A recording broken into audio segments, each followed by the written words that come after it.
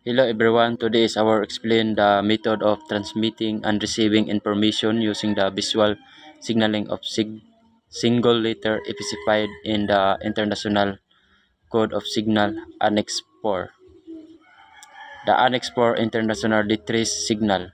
The International Code of Signal ICS is a maritime signaling system used for communication between ship and shore station. Annex 4 at the ICS specifies single letter signals for various purposes, including the distress signal.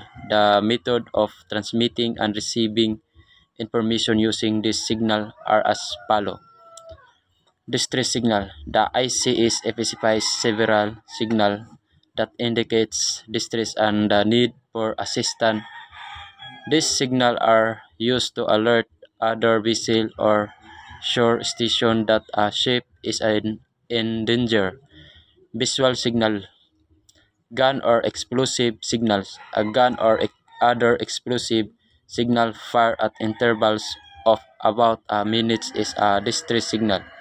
This signal can be seen and heard from a distance, making it an effective way to alert other vessels. Fog signaling apparatus. A continuous sounding with any fog signaling apparatus can also be used as a distress signal. This signal is particularly effective in foggy conditions when visibility is limited. Rockets of cells. Rockets or cells throwing red stars fire one at a time at short intervals are another visual signal. These signals are visible from a long distance and can be used in both day and night. Square flag with ball. A square flag having above or below it a ball or anything resembling a ball is a distress signal. This signal is often used in conjunction with other signals to emphasize the need for assistance. Flames. Flames on the vessel such as from a burning tar barrel or oil barrel can also be used as a distress signal. These flames are visible from a long distance and can be used in both day and night. Rockets, parachute, flare or hands flare.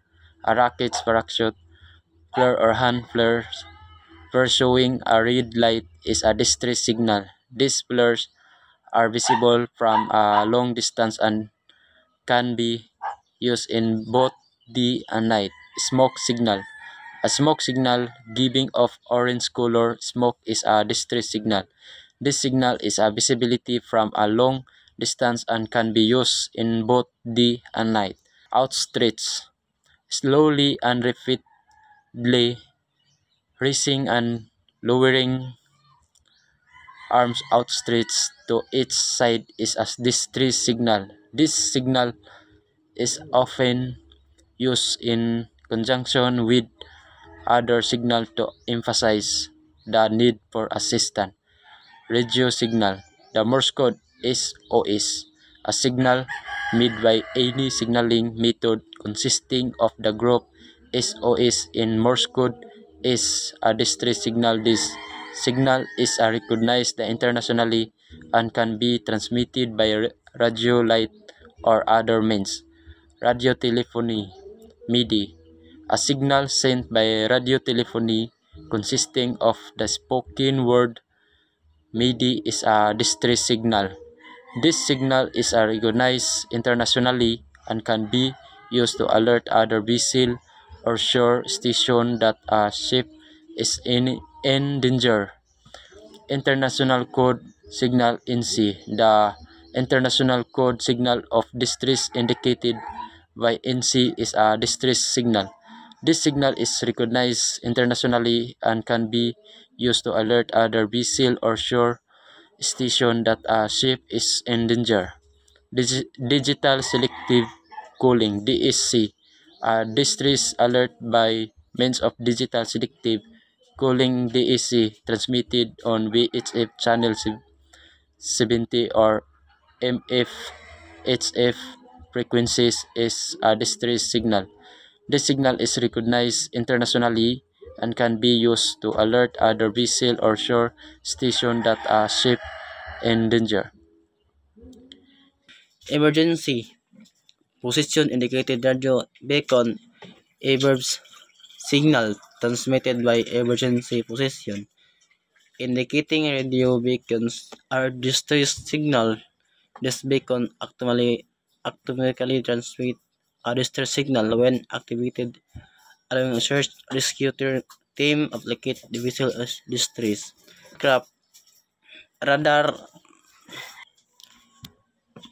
transponders start approved signals transmitted by recognition system, including survival craft radar transponders are distress signal. These transponders are used by survival craft to alert search and rescue team their location. A receiving signal, vessel and shore station are required to monitor for distress signal. When a distress signal is received, the receiving vessel or station must take event action to assist the vessel. This must include contacting the Coast Guard or the other search and rescue authorities, changing assist the vessel or providing other assistance.